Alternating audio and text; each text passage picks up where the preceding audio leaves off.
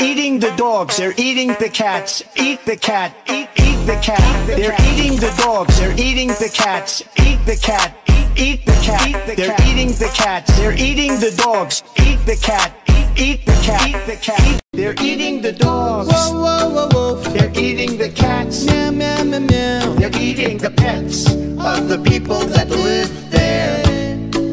They're eating the dogs. Whoa, whoa, whoa, whoa. They're eating the cats. Meow, meow, meow, meow. They're eating the pets of the people that live there.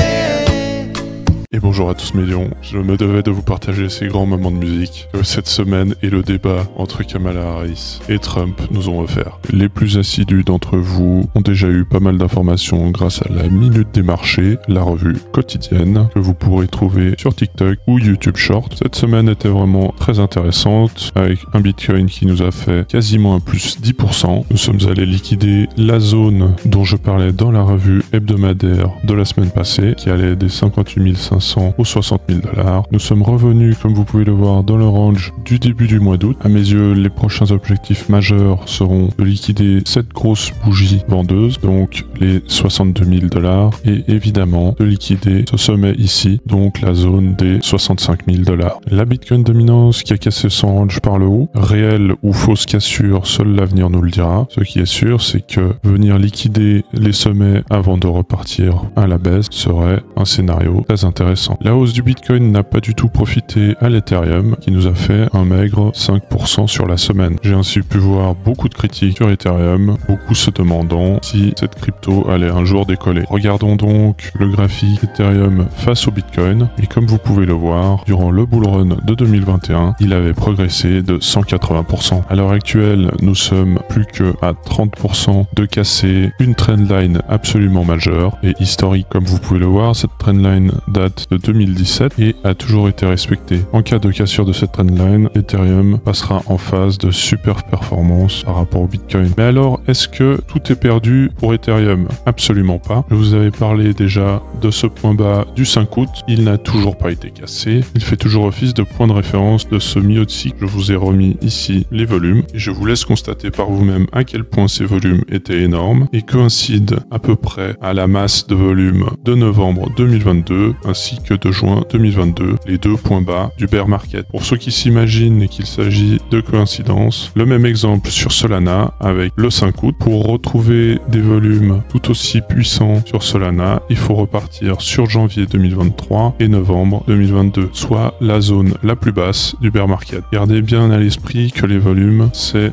la seule chose qui ne vous mentira jamais en trading. Je vous parlais également hier de l'or qui a cassé très violemment son range à la hausse et comme toujours je vous poussais à la réflexion de comprendre pourquoi cette hausse avait lieu. Au-delà du fait que l'or est une valeur refuge, il y avait également à prendre en compte la baisse du dollar qui perdait quasiment 1% en 2 jours. En termes de nouvelles économiques, nous aurons mercredi prochain la nouvelle la plus attendue de tout le mois, la décision de la Fed sur les taux d'intérêt. Le consensus table sur une baisse de 1/4 de point, à savoir passer des 5,5 à 5,25. Si la Fed décide de baisser ses taux, ce serait vraiment un fait majeur étant donné que nous sommes à 5,5% depuis le mois de juillet 2023. Le FedWatch est bien moins certain de la décision de la Fed. Nous sommes absolument à 50, c'est-à-dire que 50% du consensus s'attend à une baisse plus marquée des taux de la part de la Fed. Je vous avais notamment expliqué hier dans la revue quotidienne la raison de cette nouvelle indécision. C'était notamment en raison des résultats des prix à la production qui sont l'une des valeurs majeures pour la mesure de l'inflation globale. Cela n'a pas inquiété plus que ça les investisseurs étant donné que le VIX a perdu 22% sur la semaine. J'ai eu plusieurs questions, que ce soit dans les commentaires ou en DM, qui me demandaient est-ce que je pensais à une récession dans les mois à venir. Pour répondre à cette question, voici la définition de l'INSEE par rapport à ce que représente une récession. Il s'agit d'un recul du produit intérieur brut, du PIB, sur au moins 2 trimestres consécutifs. Voyons maintenant les derniers résultats du PIB américain. Comme vous pouvez le voir, les derniers résultats ont été extrêmement positifs, plus élevés qu'attendus par le consensus. Nous sommes donc loin d'une récession. Pour vous illustrer ce qu'est une réelle récession, la dernière date de 2022, et comme vous pouvez le voir, la croissance était négative sur 2 trimestres consécutifs. Vous l'aurez donc compris, mes lions, pour moi, il n'est pas l'heure de parler de récession, et ceux qui le font, méfiez-vous, c'est certainement pour attirer des vues et attiser votre peur. Le SP500 est à nouveau sur ses plus hauts historiques, affichant une progression hebdomadaire de 3,4%. Idem pour le Nasdaq,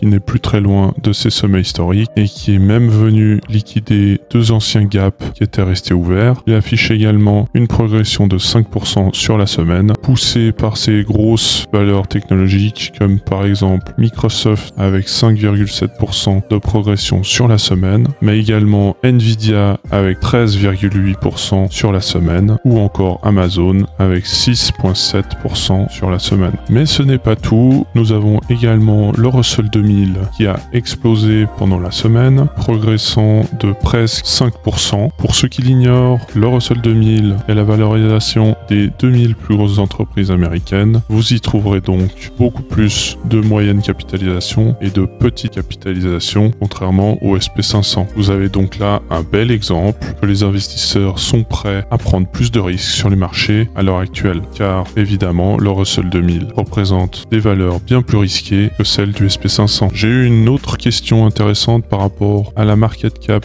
globale des cryptos et quel était mon objectif pour ce cycle. Important de prendre en considération que nous sommes actuellement toujours en phase haussière, que nous avons rebondi sur ma trendline haussière à 2 reprises et qu'il nous faut maintenant casser 2 trendlines baissières afin de casser cette phase de latéralisation. En termes d'objectifs, j'ai placé une extension de Fibonacci. À mes yeux, un objectif réalisable et atteignable serait le niveau des 1,618% qui se situe à 5,4 trillions de dollars. Sachant qu'en 2021, nous avons atteint les 3 trillions, je m'attends donc à une hausse de 80% par rapport à cette ATH. Cela peut être assez rapide étant donné que cette semaine, nous avons déjà progressé de 7,45%. Pour ce qui est du Total 3, nous avons toujours notre canal baissier. Nous avons rebondi sur le support que je vous avais donné sur la revue hebdomadaire précédente. Ce point bas tient toujours. Nous ne sommes plus qu'à 3% de la trendline baissière. En termes d'objectifs, nous avons en premier lieu la figure du bull flag. Donc il s'agit de reporter la hausse qui a précédé le canal baissier et cela nous donne un objectif autour des 1 trillion de dollars qui n'est ni plus ni moins que la zone du précédent ATH. En termes d'objectifs supplémentaires, j'ai à nouveau placé une extension de Fibonacci. Encore une fois, comme pour le total global, je vise le niveau des 1,618 de l'extension. Cela nous donne la zone des 2 trillions de dollars. Cela correspond également à une hausse de environ 80%. Et ceux qui se demandent pourquoi je ne m'attends pas à une hausse supérieure sur le total 3 par rapport au total global, eh bien c'est tout simplement car je m'attends dans ce cycle à ce que le Bitcoin attire la majorité des capitaux, notamment en raison des ETF qui ont un franc succès. Voilà, j'espère que cette revue des marchés vous aura plu. On se retrouve demain pour une revue quotidienne, ainsi que toute la semaine. N'hésitez pas à liker, à commenter, cela m'aidera énormément avec les algorithmes et me transmettra énormément de force et de motivation. Soyez prudents sur les marchés. Ciao, ciao.